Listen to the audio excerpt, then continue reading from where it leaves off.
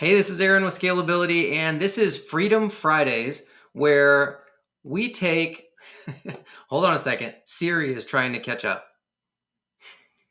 I don't understand. There she is. Hold on a second.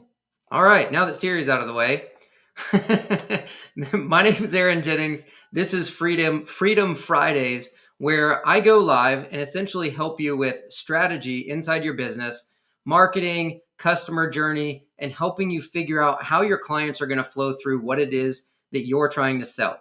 So we all have something we feel like God's given us, and we want to pass that on, get it out to the world. We want to make money along the way. And I believe a lot of us run in circles instead of actually getting done what we're supposed to get done. So Freedom Fridays is my way of taking what I've been one-on-one coaching people for the past 5 years on systems, strategy, and bringing it to everybody else who's trying to build a kingdom business. If I can help you multiply what you're doing and you can make more money, then ultimately we're going to be able to give more. I believe God created for 6 days. And then he set everything on automation so he could spend the rest of eternity in relationship with us. And I look at that and I go, sounds like a good model. How do we do things like that? And I believe if God gave you a purpose, gave you a message to share with the world, that he wants it out to the world. And if we stay stuck and we can't figure it out, we're just trying software and coaching programs and running around burning our money, then we never actually get anywhere. I can only make so much money, even if I make millions of dollars. I'll be capped at some level. So if I can help other kingdom-minded entrepreneurs make money as well, and we're all tithing and we're all giving and we're all growing the kingdom, I'm multiplying my giving. And so I look at everything God's given me and I figure out, how do I multiply this? This is my way of helping multiply what it is that God's given me, multiply my giving. So as a Scalability subscriber, an active subscriber, you can actually join these calls live backstage with me for Q&A and interact. For everybody watching on YouTube, Facebook, wherever you're watching, I hope this serves you. We do try to get to the questions, so feel free to put questions and comments in the chat. And if we see them on the lives, I will actually address your questions for you. If not, we will get to them afterwards. But for those of you who are subscribers, keep an eye on your texts and your emails. Every week, we'll send you a link to join live. So today, we've got probably 5 people that are already here backstage. We're going to start bringing them in, and then we're going to start talking about, right now, we were talking about confusion and kind of around what God's given us and how we straighten that out, streamline it, and do something with it. And how I personally believe that a lot of the ideas and opportunities that we get are distractions from the devil.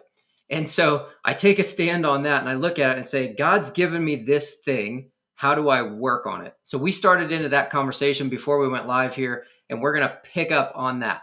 So we talked about being clear on what God gave you first. Like, that's the main priority, right? What has God given you to work on? And then there's naturally all the real world stuff we have to do to make it happen, which a lot of us find is the tech side of things.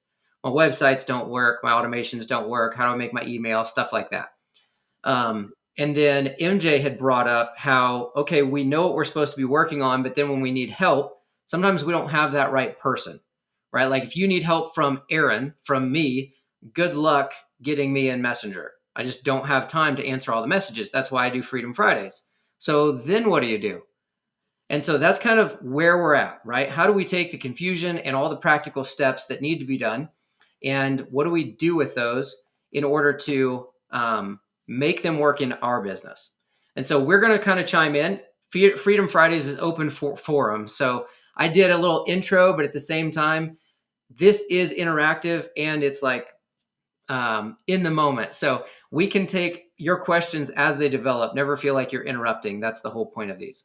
So having that in mind, I think MJ, being very clear on what it is that God given us, and then moving back to that when we feel like we're confused. I had mentioned God's not a God of confusion, right? He's a God of peace and order and systems.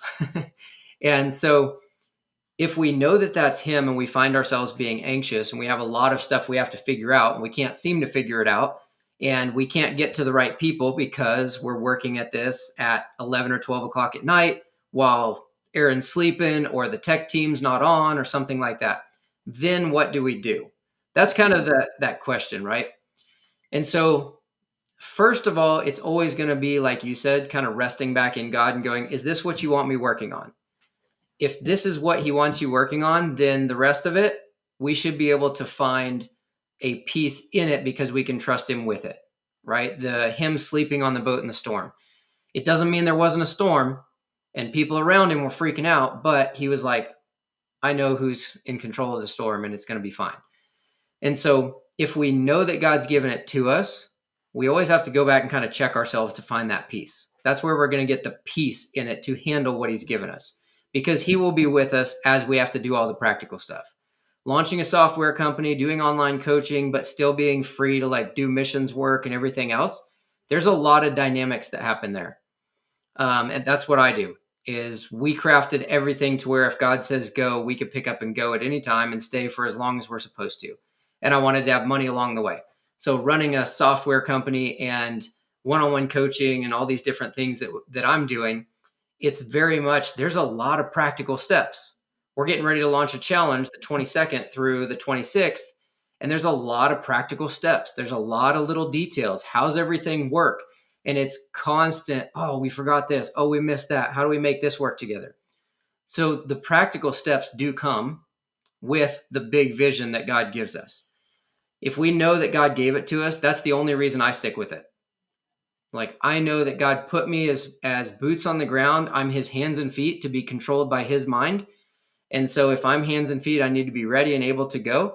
And I can let his mind deal with the big picture of what the stress and anxiety that might come with it, right?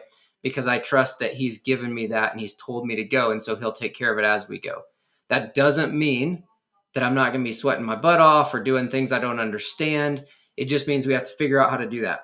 So if you know this is what God's given me and you know that's it, then resting on him to find the peace is where we start.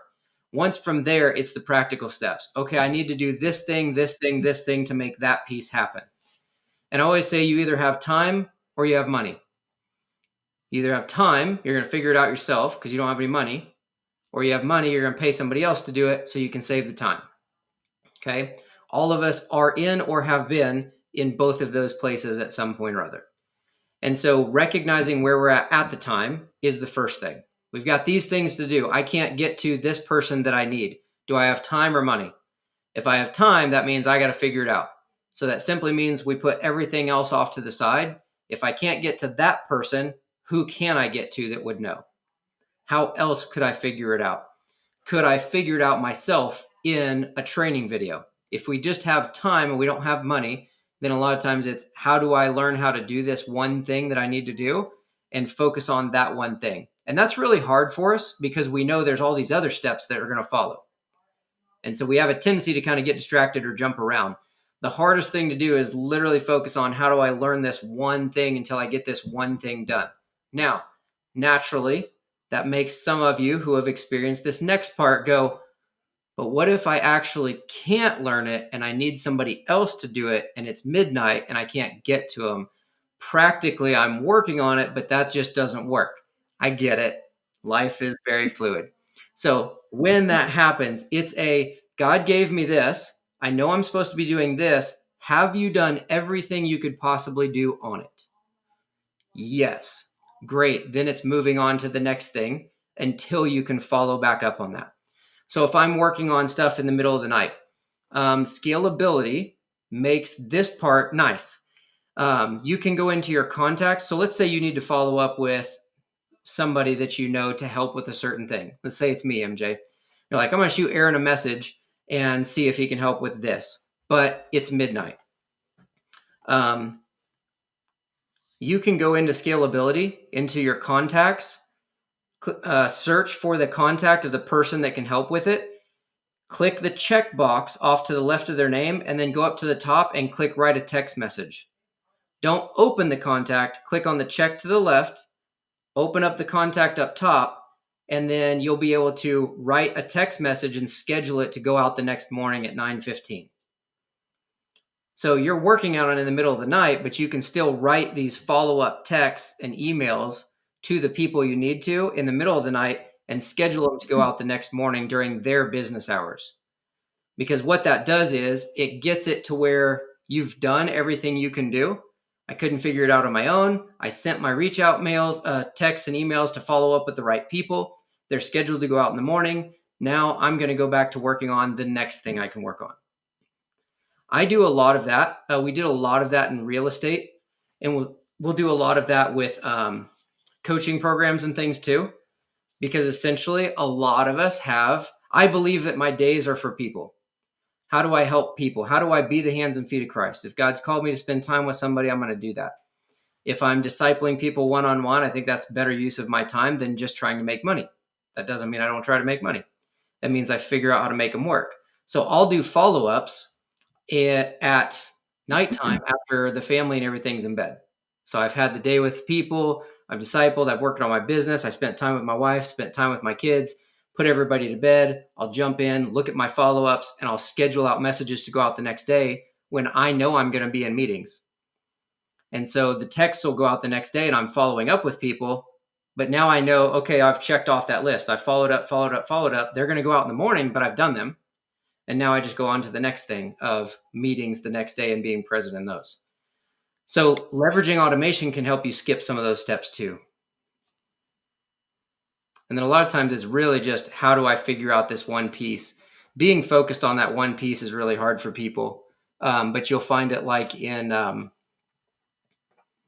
real estate investing, we would follow up with hundreds of leads. And people always get hung up with, well, I sent out 2 or 3 text messages, but then I didn't get any responses. I'm like, you waited for the responses? Like, send the text and move on to the next one. Send the text, move on to the next one. Send the text, move on to the next one. The point is, like, you're sending out the follow-ups, but you're not sitting around waiting for the next, for the response, right? Your action is to send out the follow-up and then wait a day and follow up again, or 2 days and then follow up again. So how are we basically following our actions and not waiting for responses from the rest of the world? Like, that's a tricky part for people too. Is this helpful? Does it raise any more questions? I know I haven't talked to you, Crystal or Kelly yet, but feel free to chime in.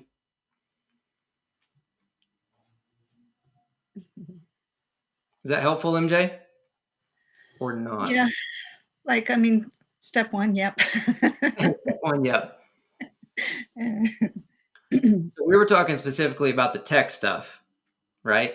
And I know and so I had that same problem too for the longest time. I think 5 years ago, I got started with ClickFunnels. And it was the same thing. They're like, you're one funnel away. You're one funnel away. You sign up for the software. You're like, there's a lot more here than one funnel away. I don't know how to do any of this stuff. And I actually found somebody and connected with them through Facebook that knew how to build websites and do all the stuff. And so he became, during my daytime, I could get a hold of tech support and I could try to leverage them. I'd go to the Facebook group and I'd try to leverage if somebody in there could help. And if they couldn't, or I couldn't get a response, or it was the wrong time of day or anything else, I would shoot a message to this guy who I knew that did website stuff, because I knew he stayed up late. And so he would respond or jump on Zoom with me, or he'd just log into my account and fix it and then shoot me a loom and be like, this is what I did, man. And so it was finding that person, because either we have time or we have the money, right? If we don't have a team, it's simply finding the right connections that can help us with those. You can always shoot me a message. I get to them when I can, but I realize that it's not helpful in the middle of the night either. And then our tech team's back on in the morning. So how does this apply with what it is that you at Marlena, which you guys were talking about being stuck with?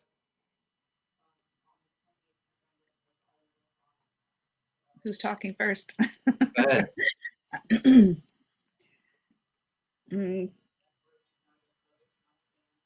Well, I'm definitely not one that stays up very late, so you don't have to worry about that. Yeah, I think that's a good step forward. That way, for one, I can at least get what is going on in my head out on a text and get it ready for you or whoever is going to receive the text. So yeah, that's helpful for sure. And you Um, guys can do those through Facebook Messenger too. So I said I connected with a guy that did website stuff on Facebook. I would shoot him a Facebook message because Facebook has a like apparently gets people's attention better than their text messages do sometimes. So I would shoot him a Facebook message because even if it's in the middle of the night, nobody gets offended when they get a message in the middle of the night on Facebook. If you text somebody in the middle of the night, they have a problem. But if you jump on Facebook and text them anytime, for some reason, it's okay. So Messenger yeah, is a good leverage point. right. There were times when I would just have it all ready because I didn't have that. I didn't know about that little avenue, but I would have it all ready so that come morning I could just like send. Right. Are you guys familiar with what I'm talking about with scheduling out the text? I think so. It again, it's going into scalability and really knowing how to, go through there. Um, that's it. It looks to for me, it looks so simple when you're showing these things, but when I go in there by myself, it's like, oh yeah, I get lost and I need to know how to or take the time to just familiarize myself more with how to navigate through there because it just seems like there's a lot and um, I don't know, maybe it's probably more simple than what I'm making it out to be. Well, everything can be more simple or harder depending on your level of focus, and your level of focus will always come on on who you believe you are and what you believe you're doing. So I believe I'm the hands and feet of Christ, period. I truly believe it. I operate that way. So literally today, this is just an example for me. I'm sitting with two other guys and like we knew he thought we had to be out of this meeting room by 10:30 or 11. It was like 10:40. And he's like, I don't remember if we're supposed to be out of here at 10:30 or 11. I was like, well, just open the door then. If somebody else has the room, they can just see us and we'll just get out. And he like jumps on his email and he like checks and he goes, oh, yep, we're supposed to be out of here at 10:30. And so he's like, what do you say? Just go ahead. He goes, we'll just go ahead and stay here and then just go ahead and open the door. And if somebody says something, be like, oh, we thought we had till 11. And I go, so now that you've checked, you're actively going to choose to lie? Like I just said it out loud. I was like, so now that you know it's 11, the choice is to lie. If you wouldn't have checked, we could have said that. But now that you've checked, we know you're going to choose to lie. And he goes, all right, grab your crap. We got to get out of here. I was like, we're holding the standard, man. On the hands Right. of Christ. You can't like know we're lying and do it. If I didn't know, I was like, open the door and we'll get out when somebody comes. But now that you know, it's a little thing, but it's who I believe I am. Yeah. And because it's who I believe I am, I can't help it. Mm. It's literally I just can't help it. And he's like giving me crap, and I was just joking because, but still, I'm like, dude, we're holding the standard. Like we're setting the standard for those who see us. Period. Like hands and feet of Christ, man. Just get your stuff and get out. It's your fault, not mine. and, but because I know who I am, it dictates what I do. And that allows me to not get overwhelmed in some places where other people do, because I really believe that. It's one thing to say it, but then it Mm. comes out in little things like that. It's a little thing to just not say anything and be like, okay, and just stay in there and just go with what he said. But I believe it to my core, and so I can't. I'm like, well, I can't do that. Now we're actively lying. I'm not going to be a part of that. Mm. Period. Like Mm. my reputation's beyond reproach because I'm the hands and feet of Christ. That's it. Mm. Yeah. And I really, really believe that. If you guys really believe this is who I am, this is what God's called me to, Mhm. then that will help your focus because Mm. you would believe it. If Mhm. you don't believe it, or if you kind of believe it, but you don't really think it's possible, this is where we get a lot of that doubt. We get a lot of confusion. We get a lot of the shiny object distraction. Because, yes, there is a lot of stuff in scalability. It will do a million things you don't need to do. Mhm. The real hard part is staying focused on this is the one thing I'm trying to figure out. How do I figure that out? Which is exactly the same as when we go to YouTube. It's like, I need to learn how to do this. I'm going to go to YouTube and you start searching for it, right? Mhm. your focus on what you're doing is the only way you don't end up just watching a bunch of random videos, right? And that is solely determined by, I believe I'm this person doing this thing because God's called me to it. Or I'm working on this thing, but I really don't want to work on this thing. I don't even know if it's possible to work on this thing. And so that allows us to get distracted more. And like I said, I'm not questioning your character. This is just what I found with myself and many others of us. When you find people that really know this is who I am and what God's called me to, there's a different level of focus that happens more naturally for them, because it's just like, I have to do this, period. And some of that I think comes from helped. Like I kind of grew up with that mentality, but then it was really sunk in on the police department, right? We'd get called to something. You can't stop for things along the way.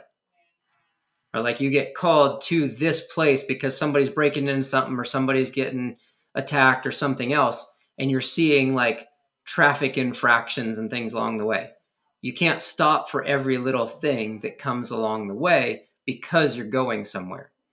Well, There, you're talking to somebody that's like a grandmother that's like nurturing, and like we flow through like a brook, like Mhm. we go by our nature as far as do you get what I'm saying? I mean, I'm not trying to excuse myself or anything, but that's our nature is to serve, even if it's to our own default, like. And so there is the proof in exactly what I'm saying. You've defined yourself as a grandma that flows through whatever and is open to go anywhere at any time. And so that's exactly how you act in everything that you're doing. And So so, how do but you? you're in here asking, how do I correct that? Yeah. You're going to have to correct that vision a little bit because you can be a grandma that takes care of the kids. And when it's business time, you're focused on what God's given you. When the kids are in front of you, you're focused on what God's given you. I was stay-at-home dad when I started all this, remember? So I'm not oblivious. I'm not like some dude that's just like, oh, just deal with it, lady. Like that's not me. I was stay-at-home dad living in another country. My daughters were 2 years old and 4 years old. You want to talk distraction? It was us in an apartment in China. That was my first year of online business. And so I constantly was reminding myself at 2 a.m., or I mean 2 p.m. in the middle of the afternoon, when I realized I hadn't brushed my teeth or changed my clothes yet because I was just taking care of the girls. I was like, what's going on? I've lost half the day. I had to make an active choice that I was not just there to make sure the kids survive. Hmm.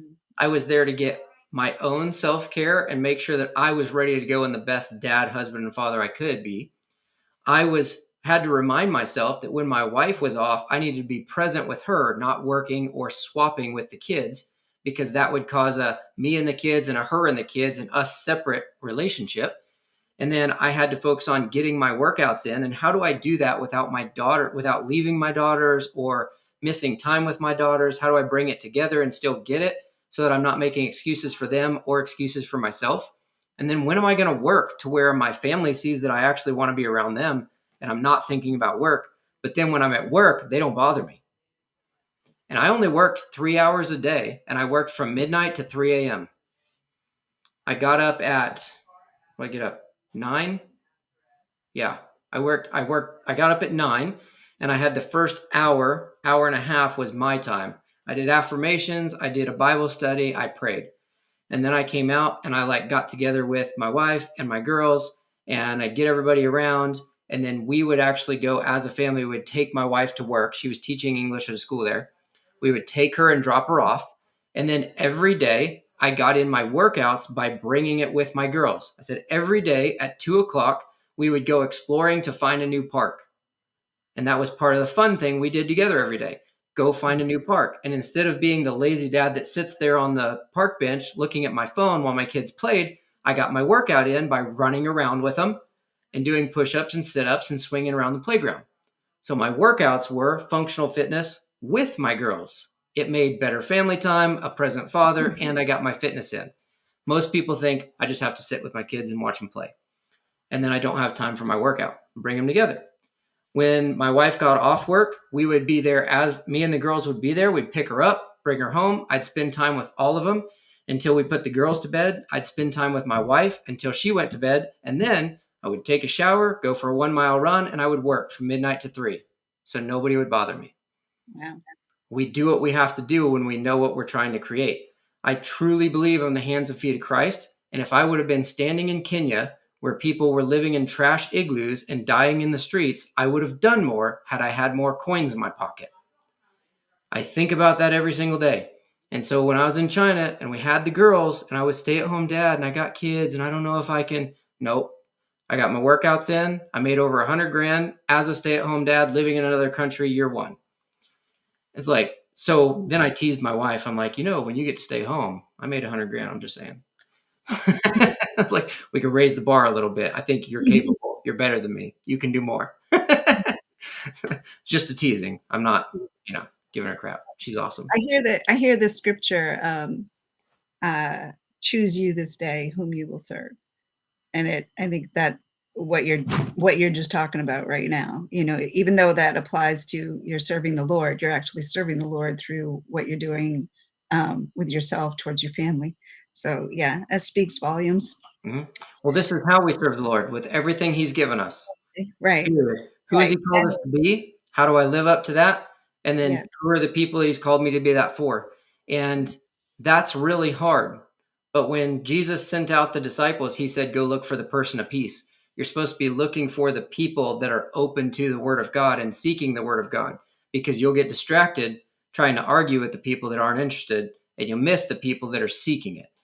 And like, Mm, Jesus walked by all the sick people to heal that one paralytic, right? At the mm, pool. There's so many times Jesus shows us, like, it's focused on what God's given us and doing that, period. mhm, Even if we're walking by all these distractions, He set the example for us.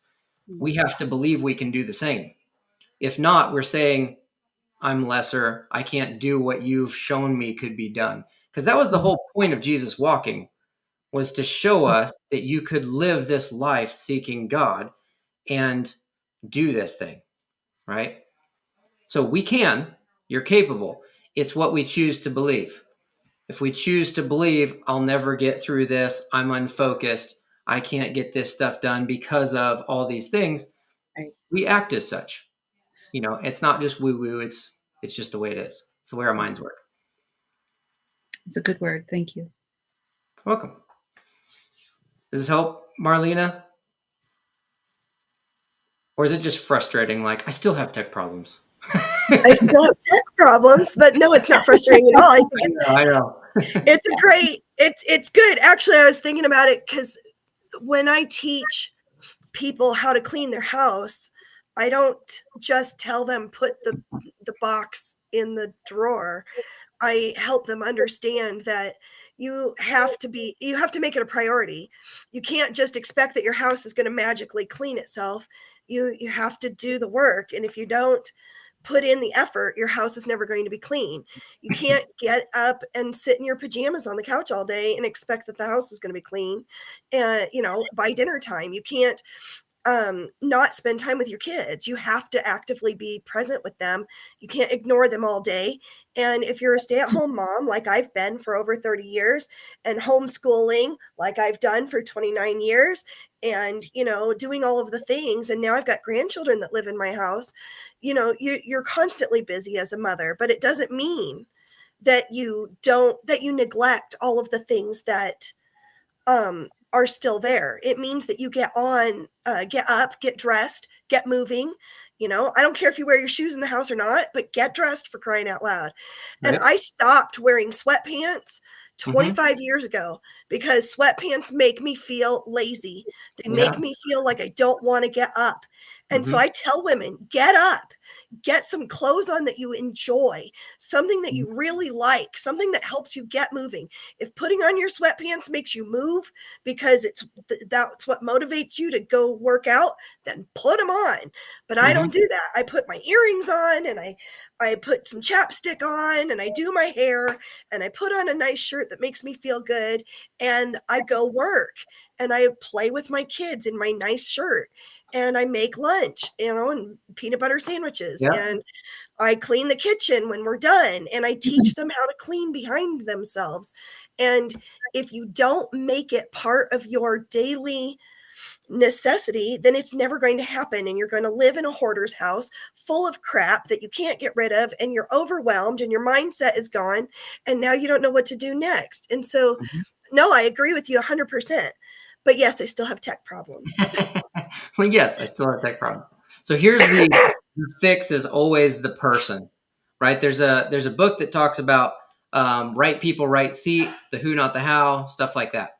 And so I think for anybody who's got a tech problem, or if you find yourself in tech issues, right? So this is a good, fine and dandy concept, right? Aaron, all that stuff sounds fantastic. I've also been one-on-one coaching for 5 years. I get it. That doesn't mean it fixes all the problems. And so practically, if I just say, be more disciplined, you have to do it. Good luck. It's not going to work. No. So I truly believe in how do we make stuff work in the real world, right? Because we have kids, we have jobs, we disciple people, we have church, we have whatever we have. You have your hobbies, you have your fun. We have to make this work around that or it's not going to stick, period. And there are some things that no matter how we redefine ourselves, we will not do. So like I just hired somebody to write emails, to write an email sequence because I'm like, I hate it. I've literally simplified it down to blocking it in my calendar, jump in 1 hour once a week, write one email. I won't do it consistently. I'm like, so no matter what I try, no matter the way I make it work, I just won't do it. Marketing. I am not a fan. I hate data. I hate the numbers. I don't like analyzing spreadsheets. It's not my thing. No, and so at one point it was like, okay, time or money. I have time, not the money. So I need to learn how to do this. Or I need to find somebody that I can work a partnership with where I can help you with this if you help me with that. I still do a mix of both. So recently I hired somebody to write emails and I hired somebody to run our marketing. We have a team running the marketing. We have somebody writing emails because those are things, no matter what I did, I learned a lot about them, but I would not show up consistently and do them to make them work. So I'm like, this works against my human nature. My internal is like, no, no matter how reprogrammed I make it, I'm like, I will not do those things consistently to make them work. And if I believe that God's given me this thing and marketing's a part of it to make it go where God wants it, then I got to get past my own head to figure it out. And so even right now, we've hired marketing team because we had the money. We hired these people to do the emails because we had the money. But that doesn't mean you just throw the money away either, right? How do we multiply what we have? So I still have worked partnerships with two other people where I do this for you and you do this for me because I'm really good at this and you're really good at that. I need that. And so it was literally who can do this thing and then how do I bring value to them to where they would help me with the thing. So if you guys are stuck and we have tech problems and we have support and things like that, but you're working in the middle of the nights and for some reason you just can't get to the support, you can't get it figured out, or you're just fighting against yourself like I fight against myself with marketing, and you're not going to do it, then switch your mind to go, okay, I accept I'm not going to go through spreadsheets of data and do the marketing. I accept that. I don't have the money, so who knows how to do marketing? Awesome. Go talk to them. What do you need? How do I help you grow? I'm good at these things. Could I help you with those things and have you help me with this? Because I want to create a win-win. I don't need a handout. I want to help you win with your business. What do you need? And they may need something that you can't do, but you could go find the person for them. That will still, I think it's Josh Latimer calls it the law of reciprocation. I think this is what he says, law of reciprocation, where if somebody does enough for you, you just start feeling like, what can I do for you? I want to help you out, which is why a lot of the gurus will talk about go work for somebody for free, right? Because if you just show up and you like help them and you bring value, at some point they're like, how do I help you? And they give you what you need. So this can become a focus for you. If you can't leverage or can't get to the certain people, then who's the other people? And that could end up being the one thing. the one thing you work on till you have it.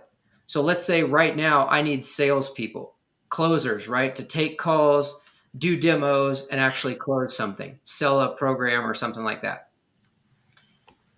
I may stop building websites, stop doing automation, stop doing calls, stop following up with people, and just focus on where are these closers?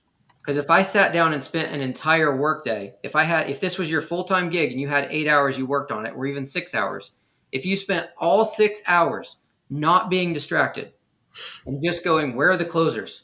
Searching for closers groups, sending text messages to everybody you know that has a business and going, hey, do you guys know anybody that does like phone sales, online closing, anything like that? And starting to get referrals and figuring out who knows who. You could get a long ways in one day, right? This was when I only had 3 hours from midnight to 3 a.m. in China. I got more done in that 3 hours than I get done even today in an 8 hour workday because all I had was 3 hours. When I have all day to work on this, things have a tendency to expand. Just like these calls, I block an hour. I typically spend a little more, right? Because that's just the way we are. We get into it. We either want to over deliver or we get distracted or something. But when you compress the time, and so like a lot of people think I'm a stay at home mom, I'm have a W-2 job. So I'm working all day. I don't have enough time. It's a blessing. You have to see it that way. When I only had from midnight to 3 a.m. every night, I did not waste my time checking emails. And I did not waste my time on social media. I was like, I got 3 hours. I don't want to be up all night. I got to follow up with these people to try and get these deals. I got to check on these contracts to see if I got any deals. I got these contracts. I need to get those to the title company. I need to make sure that they're going to close on time because those were money-making tasks. And I only had 3 hours. There was a few times I was up all night long and watched the sunrise, but the goal was to not do that as often as possible. So if you only have a limited amount of time, it can be a blessing, but you have to change your mind to see it that way. I've only got an hour. That means ignore everything for that hour. But the only way you'll be able to do that is if you see that task that you're doing in that hour is given you to do and is important to growing the kingdom on earth before you get called home. That's the way I see all these mundane little tasks. So Crystal was giving me a hard time over the holidays because I was doing Freedom Fridays and everybody was trying to take Fridays off. And I'm like, why? It's another Friday. We're here every Friday. I'm like, I don't take holidays. I don't take breaks. We just keep going with everything. Because to me, it's more important than the day, right? Like it's the overall vision. It's the picture of what we're trying to create. I've got it in my head now to where I don't even notice the holidays and things. My wife's like, you realize tomorrow's Christmas, right? Oh, no, it's not on my calendar. Christmas is on everybody's calendar. That's what I was gonna say too. Christmas is on everybody's calendar. No, I have all the national holidays to where they don't show up because they're distracted. Oh my! Well, I don't use a Hey, I know digital I'm not that calendar bad. every day. I use a paper calendar. Okay, so I do all of those things. I go and I help everybody. I have the biggest ability to find the most ridiculous people and help them, give. And nothing comes back my way. How do I find the people who will come alongside me and help me like I help them? Because, dude, I am so tired of helping people who don't care and don't want it and listen to everything you say and then tell you you're stupid. I'm sick of it. I want to find the people who are going to help me because I can't figure out the email thing for 3 years now. So I need an email and I need it like this week because my book is being launched on the 24th and I've got to have this email done. And when I get these dinky little things that catch me up, I don't know how to get past it. So how do I find these people who can help me? I like you. You're fiery. I am like fiery. People. That's how we get stuff done. That's right. Let's do this. Shoot me a message after this. We'll make sure we get you like done. Thank you. But how do we get the people? So that still is a good question because this is a very Christian problem. Because as Christians, we want to help people, And a lot of Christians have the wrong idea that we're supposed to help everybody. This is why I stand on that whole distractions as opposed to opportunities. I have conversations all the time and people are like, God just keeps placing these opportunities in front of me. I'm like, no, that's the devil. That's a distraction. Like, because God wouldn't run you all over the place. He gave you something to do. Do it. Like, so this can be that too. When you start helping people and we're helpful, we have a tendency to help everybody. And I've done it too. Exact same thing. I refer to it, or I think of it as finding that person of peace, right? If I just kind of, in my head, I go back to that, finding that person of peace type of a thing. And what that means for me is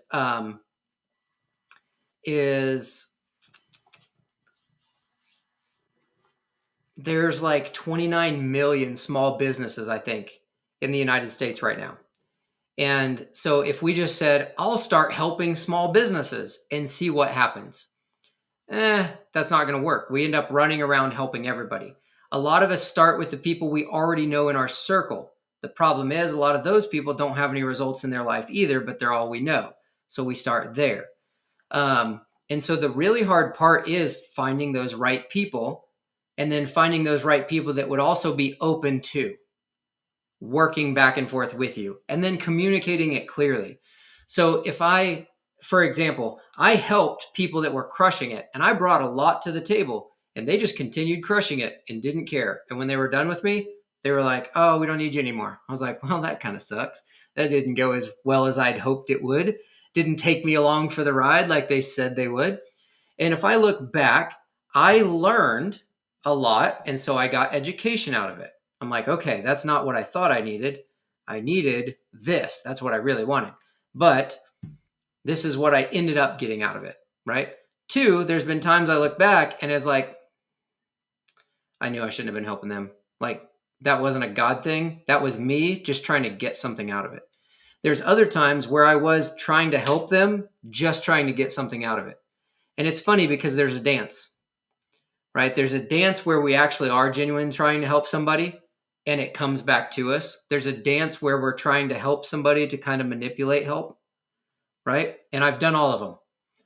All of them. And if we're honest, most of us have done all of them. And the tricky part really is finding the people and communicating well. Hey, this is what I need.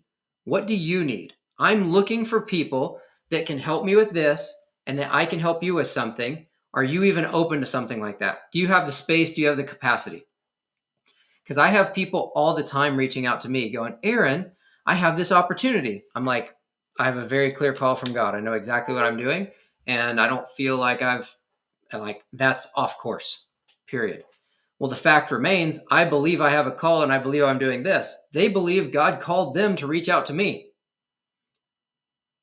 The flesh of one of us is off, right? Period. One of us is off. That's just facts.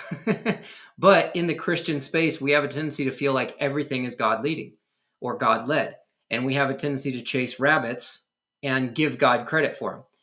And the hardest thing for us is to actually slow down, step back and go, Lord, this person, and wait for an answer.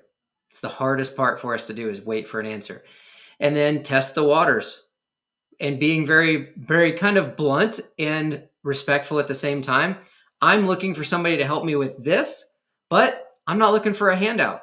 I see that you have those skills. What can I help you with? Would you be open to me helping you with something and you helping me with this right up front? And then holding the standard.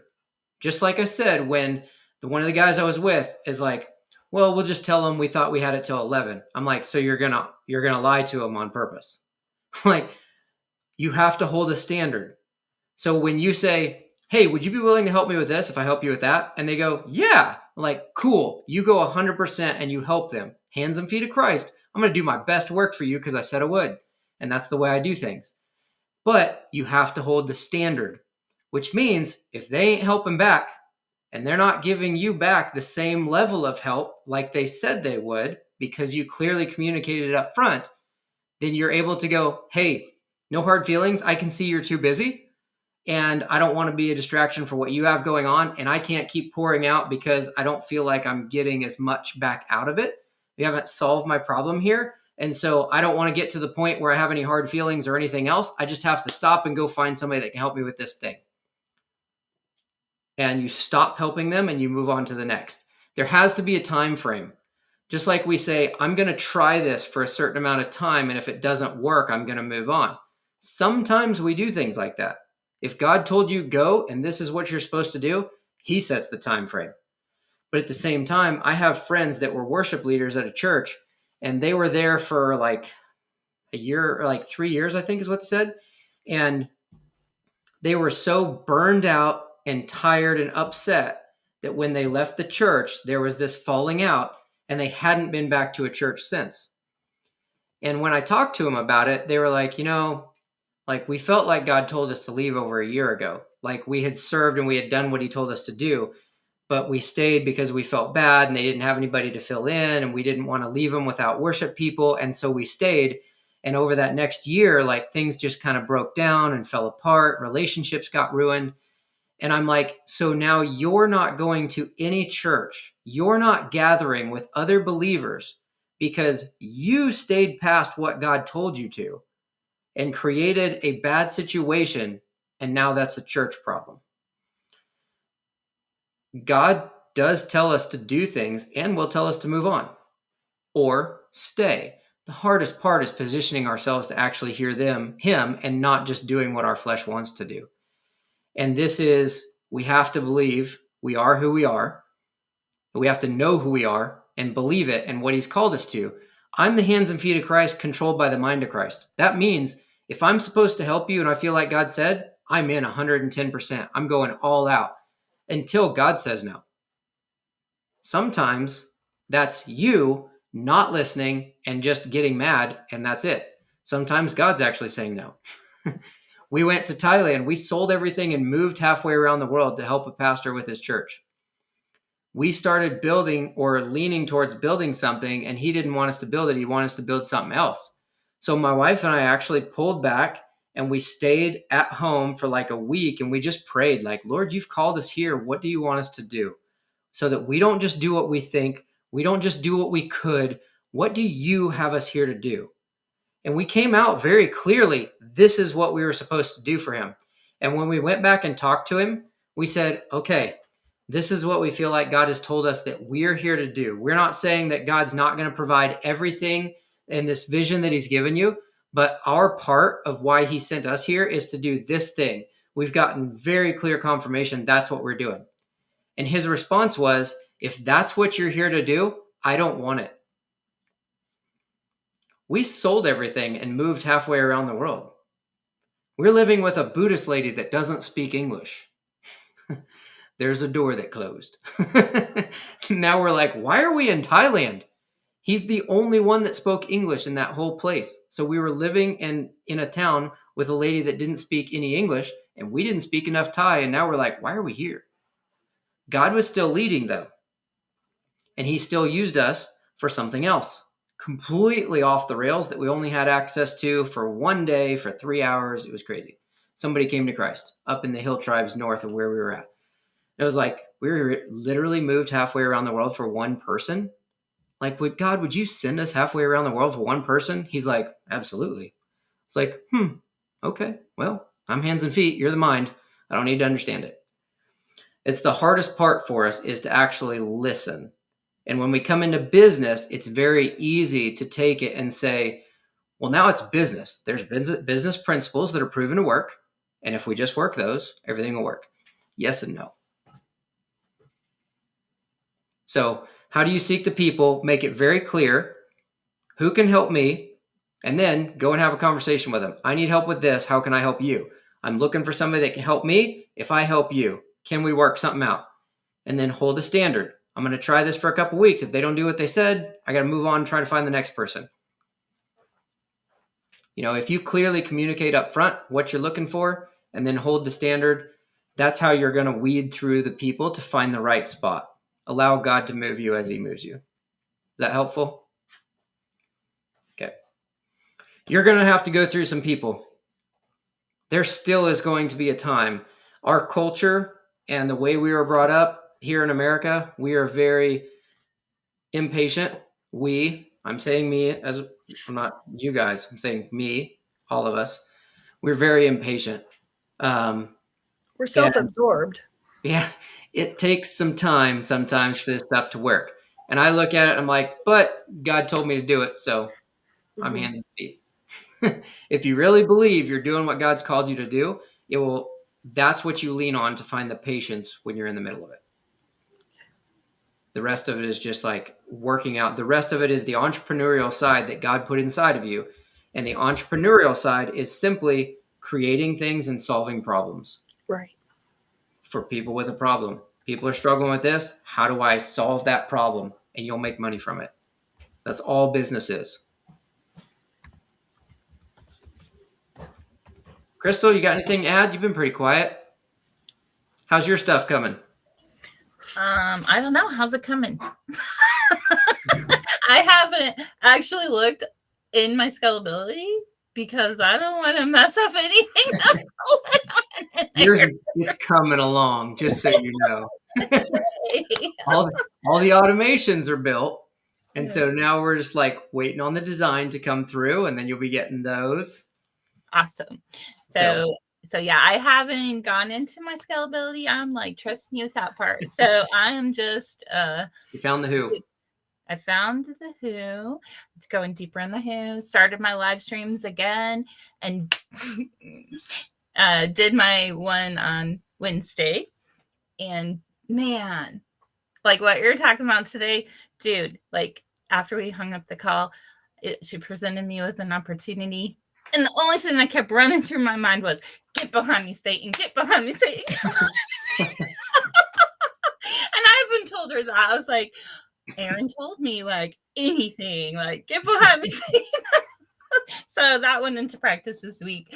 But yeah, it's going. I'm excited. What February is going to bring, building stuff up, just working the content, doing the live streams with the people right now. And being asked to be on some other speaker platforms. Mhm. So to work on that. So I think that will move into what we're building for on Thursdays. And so just like working on that. And one thing I did have a question. I love the Aaronism. I just wrote it down. I'm the hands and feet. You're the mind God. Don't put that on the shirt.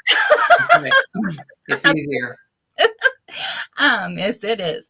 But one thing that did come to mind was because being a part, we still have the affiliate with scalability, fast scalability, right? And you're doing the challenge. So, and as you're helping me build out some stuff, to promote what you're going to do at the end of this month and use the affiliate link for that. Like, do you have some insight on the best way to do that with you? I mean, I know I've done it before with, Kingdom Wire. Promote the affiliate, like to promote your affiliate link for driving traffic to our challenge. To the challenge, yeah. Okay, so that means I have to set up an affiliate program. No, you already did, didn't you? No, so you have different links for different things. So for those of you who aren't familiar with affiliate stuff, affiliate is referring people to other people's stuff, right? And this Freedom Friday is all about systems. So even if you're an affiliate, there's systems, there's a customer journey, a client journey, right? And there's people making 100 grand a month as affiliates for someone else's product. Okay. This is how I actually got started. When I had the time, not the money, I used software and I told people about the software I was using and shared my affiliate link to where the software I was using was paying me. So I think when I first got started, I had like $300 a month in software expenses to run the things that I was running. And those same softwares were paying me $1,200 a month because I had like referred people. So an affiliate marketing is a legitimate business. You're referring people to other people's products. That's what Crystal's talking about. So we've got a challenge. We're launching the 22nd through the 26th. As a scalability affiliate, you have separate links for separate offers so we can track where people come from, right? That's the way referral links work. They track who comes from where. So this challenge is just finishing up being built out. So possibly next Monday or so, we should have affiliate links and be able to send you out and say, hey, here's your affiliate link for the challenge coming up, and you can drive traffic to that. So then that way you get credit and paid for whoever comes to the challenge and signs up for stuff through your link, that kind of thing. So we have to finish creating the affiliate, and then we can send out the link. So then your question was, what's the best way to like run traffic, things like that? The best way to sell anything is to simply talk about what you like and what you're using. Like, that's it. Especially in the Christian space, a lot of people have this mental block about selling. And the easiest way to sell is to not sell. Just tell people what's working for you. It's the same thing about leading people to Christ. You don't need to talk them into anything. God does the work. You share your stories. This is what worked for me. This is what I realized. This is where I'm at in my life and what made me make this decision. It's the same thing with affiliate. So sharing what's working for you, talking about it, and then how do we talk about it in volume so we get more traffic? So if you have email lists, send it out to your email list, right? Write emails saying, hey, this is a story and this is what I think it's awesome. You should check it out. And then they click on the link, they go join the challenge. If you don't have email lists, you're talking about interacting with people. And so Facebook, there's an organic method. It's actually something I'll walk people through on the challenge because we want to show people how to get traffic to their stuff. Is knowing your ideal client and then finding out where those people are hanging out. So we'll use Facebook. I'm going to give a glimpse. I'm not going to go in the whole thing now because we've been live for almost an hour. But using Facebook, where there's Facebook groups, right? So there's Facebook groups of hundreds and thousands of people. In real estate, we were, at one point, it was all wholesaling real estate. So I would tell people, go to Facebook, search wholesaling real estate. It'll bring up the Facebook groups about wholesaling real estate. Then you go into those groups and you know that everybody in a group called wholesaling real estate full time is obviously interested in wholesaling real estate, right? So you go in there and you add friends from there. Only like 5 or 10 friends each day. Don't just click through and be like, add. Scroll around, see people that have questions, get in there, answer questions, talk to people, have interaction, and to where you're helpful, right? You're answering a question or interacting with somebody or kind of meeting them in the space, getting to know them a little bit. And then, hey, there's this challenge coming up. I think it'd be good. Like, I'm going to check it out. I can shoot you a link if you want. And that's literally organic method. The more you do it, the more people you can get out. And so we would, this is how we actually got traffic to all of our challenges like 4 years ago. I think we launched the coaching program and stuff through this organic method. And essentially, if you guys go to my Facebook profile, my personal profile, so just Aaron Jennings, click on my name or whatever, it'll go to my profile. My header image is set up to speak to somebody, right? And there's typically, if you click on the button, it doesn't go anywhere. It just opens the picture up with a description next to it. In the description, you type out a story or a message or a link directly to the challenge to where, say, the Facebook header image says, join my free challenge that teach you how to make 100K in real estate. And they click on that to join, and then the description has a link to a landing page. You guys could set up your profile and be like, hey, check out this free challenge about turning your expertise into a monthly recurring revenue. And they click on, you put your affiliate link in the description on your Facebook profile. Then if you look on my profile, if you scroll down, it'll have the bio and about Aaron, and then it'll have a website. All those links will all be the same. It will all point either to fast scalability or to the challenge. You're setting your Facebook profile up to point people to the challenge. Then you go to other people's Facebook groups and you interact, and they'll come back to your profile and through. I have one question in the middle of that. So like I already have it, like all of that for Label Breaker. Yes. But it says, so would I start a whole new? Leave it. No. No. So you could make, if I'm doing that, because it's like you want to keep your stuff branded on there so people get to know you. Right. So you set your profile up. I know you have yours, but there's people watching all over now. Yeah. And there's the replay, so I want people to understand. But you have label breakers set up. So what I do is same way. If I was promoting something, because I don't really promote anything anymore, but if I was promoting something for somebody else, I leave my profile set up to where it speaks to my stuff so people get to know me. But you can pin a post on your timeline. Okay. So make a timeline post that talks about this challenge and how you think it's awesome or whatever. If you can write a little story or make videos, whatever you want to do. But you're basically saying, hey, this is why I use this and why you should check this out. Click here to check it out. And you put your affiliate link there. Okay. And then just like pin it to the top of your timeline. Then go to other people's groups. So this particular challenge, we're teaching people how to build a scalable subscription. Like Crystal, we're doing yours. Kelly, we're doing yours. But then we're teaching other people how to do it themselves if they want to. I'm literally going to go through step by step every single piece of it. And there's a lot to it, but there's a lot of people that like that sort of stuff. And so if there's somebody that's like, I don't want to, I have time and I like this stuff, great. The challenge is for you. But essentially it's how to turn your expertise into monthly recurring revenue. So we're looking for coaches, course creators, fitness trainers, speakers, consultants, anything like that. So if you're an affiliate, you say, that's the person that I'm after. Where do they hang out? And you would search Facebook for Christian coach groups, Christian coaching, Christian consultants, Christian speakers. And you join those groups and you just start conversations with people. Even if you just send somebody a friend request, they're going to click on your name to creep your profile to see who you are. And when they go to your profile, it says label breakers. And they scroll down and they see your family and your ministry and your business. And they're like, oh, she's a real person like me with a family. And this is the challenge. Oh, that's cool. Let me check out that challenge. And they click on your link and they go to it. So you're generating the traffic just by even adding friends to your list or interacting with people if they're in the right spot. So find the ideal person, go figure out where they're at, create the connections. They'll creep your profile, or you can send it to them straight in Messenger and then connect them that way.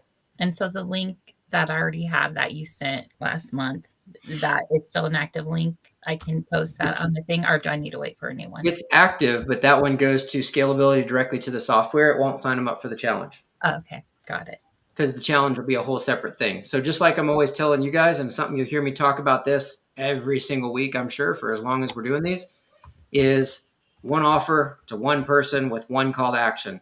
Right. So we did not add a challenge to the scalability sign up page. When you go to fastscalability.com, you just get the software. That's it. Start your 14-day free trial. That's the only thing we want you to do.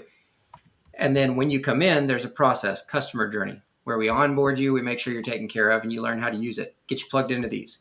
The challenge would be a second offer to the same page, right? It distracts traffic. Yeah. So we don't add it to Fast Scalability at all. It's a full website all by itself, full description, full everything layout, with a sign up for that, with a separate automation, separate onboarding, separate Facebook group, separate everything.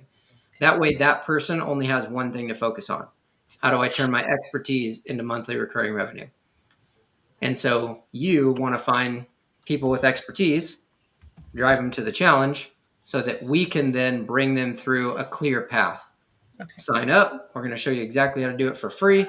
And then they either sign up for the software or maybe they have us build it for them. Got it. And you can get paid off either one of those depending on what they sign up for afterwards. Okay. So you're going to send out emails for that to us. Got it. I sure hope so. If everything goes right. Come on. Thank you. You're welcome. Affiliate marketing, though, same thing. It's a clear journey. So all of your businesses figure out what's that clear journey, because that fuels the whole software and everything else. Kelly says she does that with weight loss Facebook pages. That's exactly right. If you have your personal profile set up saying like, I help people lose weight and keep it off, and then you go and join other people's Facebook groups that are all about fitness and weight loss, you don't promote your own stuff. You're not in there to promote and spam. You're in there to be helpful and friendly because those are your people. So just help them. I used to do it with real estate, and we literally did it with the challenge. I was selling a real estate coach, a done-for-you real estate business, right? It's like we give you all the systems, software, everything. And I would go to other people's Facebook groups that are all about wholesaling. I would have my personal profile set up to point them to the free challenge. I would go to other people's groups and I would just look for people that ask questions. And I wouldn't take them to a direct message. I wouldn't try to DM them or get them off to the side. I would literally just, they asked a question, I would comment, and I would spend time writing in extreme detail and answering their question. That's it. No reach out to me, no nothing, no if you need anything else. It was just, this is exactly how you do it in extreme detail right there for the world to see. What happens is they go, wow, this person's not trying to sell me anything or take me to DM. They just answered my question. And that's the longest, most detailed answer I've ever seen. And they're like, oh my gosh, oh my gosh. And then they click on your name, like, who is this guy? Click on your name. Where's that take them? Personal profile. What's personal profile say? I help wholesalers learn how to make their first 100K on Facebook with zero money. And they're like, ooh, I'm a wholesaler. And so they would come to the challenge. And then what's funny is on the challenge, I would teach them how to do that. And I'd be like, put it in the comments if you actually found the challenge through what I just told you. And the comments would go nuts. They're like, that's how I'm here. Oh my gosh, you got me. I'm like, I didn't get you nothing. I'm telling you exactly how to do it.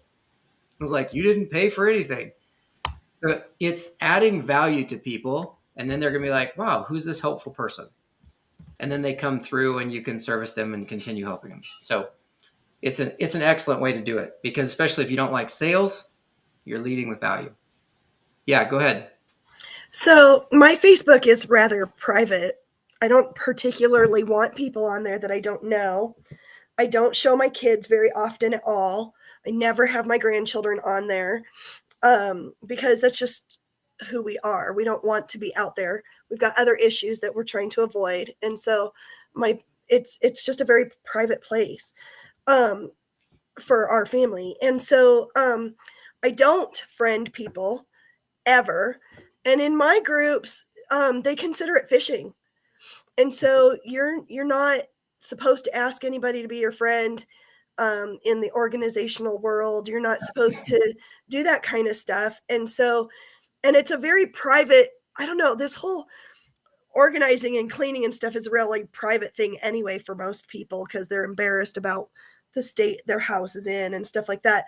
So I have a hard time. I understand what you're saying. I did it for a while, but it just it doesn't work in my circles. And so I'm not sure how to deal with that. I don't talk a lot about my business on my personal page because there are still people on my personal page that I just don't need to let them into everything I'm doing. And so then I don't know how to get around all of that. So it's, I saw Crystal smiling because Crystal's went through this as well. Crystal knows my opinion.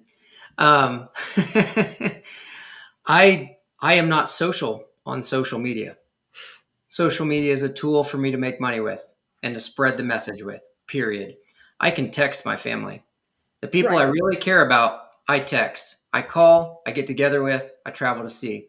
Social media is a tool for me to get my message out and make money with and change the world with. Okay. So I see social differently. I'm not social on social media. I'm there to do business, period. I'm there to spread the word. I'm there to make money. I'm there to make disciples. That's it, until they kick me off. And then I'll simply find another way to do it. So you have to decide how you want to leverage your own social media. And so it's simply a yes or no, just like a who, I have time or I have money. It's where am I at? What am I willing to do? What am I not willing to do? You see it as a social place, private for you and your family. So that's going to say, okay, I can't use it for business. That's okay. It's just a decision. And then it's like, okay, well, that's off the table. How else can I do it? It's not that it doesn't work in that space. The problem is you don't want to use your space for it, right? Because if you set up your personal profile, so the reason I do this, I have a different outlook than most. I have a very firm belief that there's absolutely nothing private. And so whether I post pictures of my children or my grandchildren does not mean it's private. The world already knows they're there. If somebody wants to find my kids, they'll see them. Somebody else is posting pictures or there's public information that tells you exactly where I live. I'm sure you can Google and find out where my address is right now and come grab my kids from the playground across the street, which is the Right. reason I'm at the playground across the street with my kids. Good luck. Yep. Because online, it's all public. There's no way we're staying private at normal human being level. And I've met enough guys now that know how to do that stuff that I'm like, wow, I thought I had you stopped. And they're like, yeah, no. And 5 seconds later, they're like, know your passwords, and they're into everything. The fact is, if somebody wants it, they're going to get it. And remember, I was a cop for 5.5 years. So I'm not like, oh, it's not a safe world. I just know, like, if you're posting something online and you have profiles online, keeping people from seeing your name and your pictures, good luck. If they want to see that stuff, they'll see it. That's my opinion, my personal view on it. And so that allows me to take my stance of, well, I'm going to leverage it for making disciples, making money as long as I can. Because that allows me to process that, right? And so if you see it as like, well, it's private, I don't want certain people in it, then okay. That's simply saying, I don't want to use it for that. So that's you dealing with like your personal profile, right? But let's say you did want to use your personal profile and you were okay with using your personal profile for business that way. If you go to the groups, you're saying it doesn't work in the groups because it's phishing. Phishing is trying to get something, right? That's what that is. I'm talking about going in and being active. Yeah. So if your group says, when you add friends from the group, that's phishing. Okay, don't add friends. All right, can you like people's posts? Go through and like every single post that comes through every single time a post comes through. Go like every single comment under every post. Because what Facebook does is it sends a notification to every person, hey, Marlena liked your post. And they go, who's Marlena? And they creep you to your profile. Somebody asks a question, or can you share? Can you post in there? Cool Yes. tips and tricks? Yeah. Okay. You can share to the it depends on what you're doing. So it's one thing to answer questions. Yep. It's another thing to share anything that you're doing in your business because it's going against their business. So that's what I mean. It's not that it's not allowed, or I mean, it's not that it's not that you can't do it. It's that you can't do some things. Yes. And so that's what I mean by selling without selling. We're not trying to sell anything anyway. We're simply being visible. Okay. If you look at anything that happens in the world, the people that are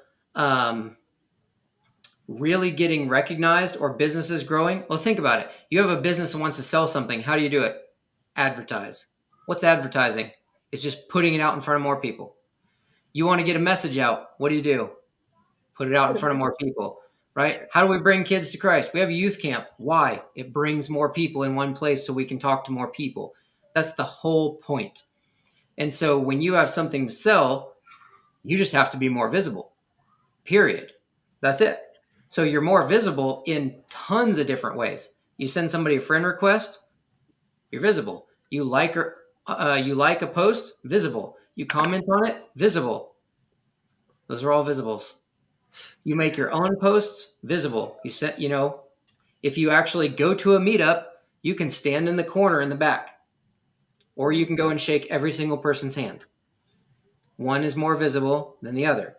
It's simple visibility. That's it. Okay.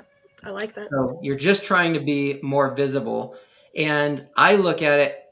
And so my question for Crystal and every other person who's ever brought this up before about their profile being personal, I'm like, so does your family, are they going to put you down for your business? Yes, some of them. Okay. I'd unfriend. I don't care if they're family or not. If you're coming in and you're going to put me down for something, we ain't talking. I mean, that's just me though, again, because I don't care if it's just because we're blood. If you are going to put me down, you are unwelcome in my space.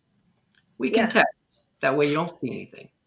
Yeah. You can create friends lists in there as well if you want to actually do it. There's ways to go into your friends and you can add them to groups so that when you post, you can say only show it to these and it won't show it to your family. but you can still use your profile and then everybody else will be able to see it.